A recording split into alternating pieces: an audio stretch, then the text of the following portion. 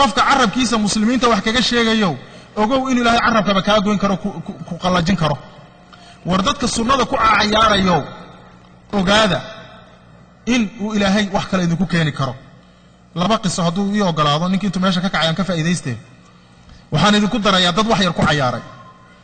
nin baa waxa lagu dhigi jiray say reerkiisa isqabay markaas uu reerkiisa xayd qabto u tagi jiray war waxa la yiri quraanku muxuu leeyahay wuxuu quraanku leeyahay yasalunaka 'anil mahid qul huwa adan fa'tazilu an-nisaa fi al-mahid marka idinki reerka xaydka qabtaan ha isu tagina markaas uu waxba kama jiro ibn al-jawzi wuxuu soo naqlinayaa ninkii sida dumarka inuu xaydi jiray qisada kale waxa weey nin baa cadayga ku jeesjeesay Soomaaliya aragada ku weeyraada cadayga jeebka lagu wato waa fool xumo maxaa waxaan wasakh weeye nin baa cadayga ku jeesjeesay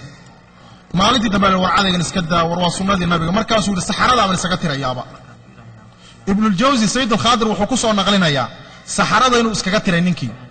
maalintuu saxarada iskaga tiray in dabada ilaahay balaayo ka geliyo uu raystay 9 bilood uu rahaa kadibna uu dhalay xayawaan miciyo dheer dheer leh oo wajiga bakayl bahalkiila muxuu malayga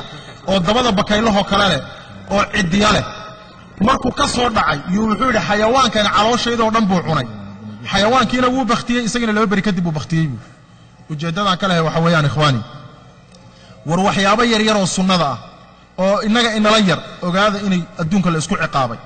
mukhaalafa nabiga ila la yimid kitaabka sunnada la isku ciqaabay umna loo halaagay ilaahay waxaan ka baryaa inuu naga badbaadiyo ilaahay waxaan ka baryaa inuu sunnada nagu toosiyo ilaahay waxaan ka baryaa inuu kuwa yastamicuuna alqawla fayattabicuuna ahsanahu naga dhigo wasalaamu alaykum wa rahmatullahi wa barakatuh